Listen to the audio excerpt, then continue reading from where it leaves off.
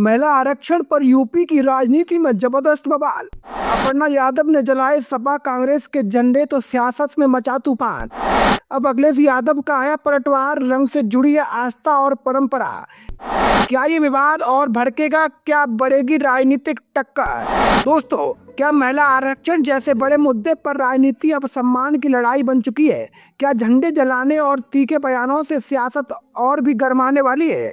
उत्तर प्रदेश की राजनीति में इस वक्त ऐसा ही एक बड़ा विवाद सामने आया है जिसने बहस को नई दिशा दे दी है। महिला आरक्षण बिल को लेकर देश भर में चर्चा पहले से ही तेज थी, लेकिन उत्तर प्रदेश में इस मुद्दे ने तब और तूल पकड़ लिया जब भारतीय जनता पार्टी की नेता और उत्तर प्रदेश महिला आयोग की उपाध्यक्ष अपर्णा यादव ने विरोध जताते हुए समाजवादी पार्टी और कांग्रेस के झंडे जला दिए। ये कदम सिर्फ एक विरोध प्रदर्शन नहीं रहा, बल्कि सियासी टकराव का बड़ा कारण बन गया। अपर्णा यादव ने इस घटना को सोशल मीडिया पर साझा करते हुए इसे अंधेरी रात बताया और विपक्षी पार्टियों पर गंभीर आरोप लगाए। उन्होंने अपने पोस्ट में लिखा कि वे भारतीय नारी शक्ति की अस्मिता की ज्योति जलाने आई हैं। उन्होंने विपक्षी दलों की तुलना महाभारत के पात्रों दुर्योधन और दुशासन से करते हुए कहा कि महिलाओं के अधिकारों का विरोध करने वालों को इसका परिणाम भुगतना होगा।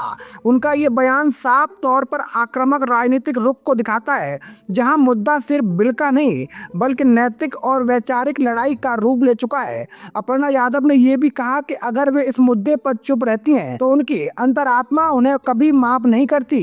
इस पूरे घटनाक्रम के बाद अब समाजवादी पार्टी के मुखिया अखिलेश यादव का बयान सामने आया है, जिसने इस बहस को और गहरा दिया है। अखिलेश यादव ने इस मामले पर सीधे टकराव से बचते हुए एक कड़ा संदेश दिया। उन्होंने कहा कि वे इस घटना पर ज्यादा टिप्पणी करना नहीं चाहते, लेकिन रंग का अपना महत्व होता है और हर रंग किसी न किसी धर्म और परंपरा से जुड़ा होता है। उन्होंने खास तौर पर लाल रंग का जिक्र करते हुए कहा कि समाजवादियों का रंग लाल है। ये सिर्फ क्रांति का प्रतीक नहीं है, बल्कि हमारी संस्कृति और आस्था से भी जुड़ा हुआ है। उन्होंने कहा कि लाल रंग हमारी देवियों का रंग है, उनके वस्त्रों का रंग है और जहां तक कि भगवान हनुमान का भी रंग लाल माना जाता है। अखिलेश यादव ने अपने बयान में आगे कहा कि जब नए शादीशुदा जोड़े बनते हैं तो उनके चूड़े का रंग भी लाल होता है। यानी ये रंग सिर्फ एक राजनीतिक पहचान नहीं बल्कि सामाजिक और धार्मिक भावनाओं से गहराई से जुड़ा हुआ है। उनका इशारा साफ था, किसी भी रंग या प्रतीक का अपमान सीधे तौर पर लोगों को भावनाओं को ठेस पहुंचा सकता है। उन्होंने कहा कि राजनीति में विरोध जरूर होना चाहिए, लेकिन ऐसा कोई कदम नहीं उठाना चाहिए जिससे समाज की भावनाएं आहत हों। इसके साथ ही अखिलेश यादव ने महिला आरक्षण के मुद्दे पर भी अपनी बात रखी। उन्होंने कहा कि समाजवादी पार्टी हमेशा आधी आबादी यानी महिलाओं को उनका हक और सम्मान दिलाने के पक्ष में रही है। उन्होंने एक महत्वपूर्ण सवाल उठाया, आखिर ये तय कौन करेगा कि इस आरक्षण में किसकी गिनती होगी। उन्होंने कहा कि महिलाओं के भीतर भी जो पीड़ित समाज की महिलाएं हैं, उन्हें भी बराबर का अधिकार और सम्मान मिलना चाहिए। यानी उनका फोकस सिर्फ महिला आरक्षण तक सीमित नहीं बल्कि उनके भीतर सामाजिक न्याय के संतुलन पर भी है। दूसरी तरफ अपर्णा यादव का आरोप है कि विपक्ष महिलाओं का सम्मान नहीं करता है और उनके अधिकारों के खिलाफ खड़ा है। उन्होंने कहा कि महिलाएं इस रवैये को कभी माफ नहीं करेंगी। इस पूरे विवाद में दो अलग अलग नैरेटिव साफ दिखाई दे रहे हैं। एक तरफ भाजपा की ओर से इसे महिला सम्मान की लड़ाई के रूप में पेश किया जा रहा है, तो दूसरी तरफ समाजवादी पार्टी इसे सामाजिक न्याय और संतुलन के नजरिए से देख रही है। लेकिन सबसे बड़ा सवाल यही है, क्या इस तरह के विरोध प्रदर्शन जैसे झंडे जलाना राजनीतिक संवाद को मजबूत करते हैं या और ज़्यादा टकराव पैदा करते हैं?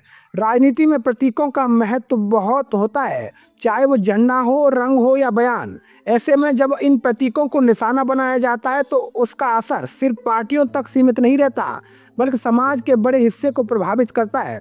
उत्तर प्रदेश की सियासत में ये विवाद अब सिर्फ एक घटना नहीं रहा बल्कि आने वाले समय में राजनीतिक ध्रुवीकरण को और तेज कर सकता है। आखिर में सवाल यही, क्या महिला आरक्षण जैसे अहम मुद्दे पर राजनीति समाधान की ओर बढ़ेगी या फिर ऐसे ही आरोप प्रत्यारोप के बीच उलझी रहेगी? आप क्या सोचते हैं? क्या विरोध का ये तरीका सही है या राजनीति को अब एक नई मर्यादा की जरूरत है? अपनी राय कमेंट में जरूर बताइएगा। और हाँ, मैं था आपका अपना मुकेश उपाध्याय। अगर आपको हमारी जानकारी लगी हो तो आप जरूर बताइएगा। जय हिंद।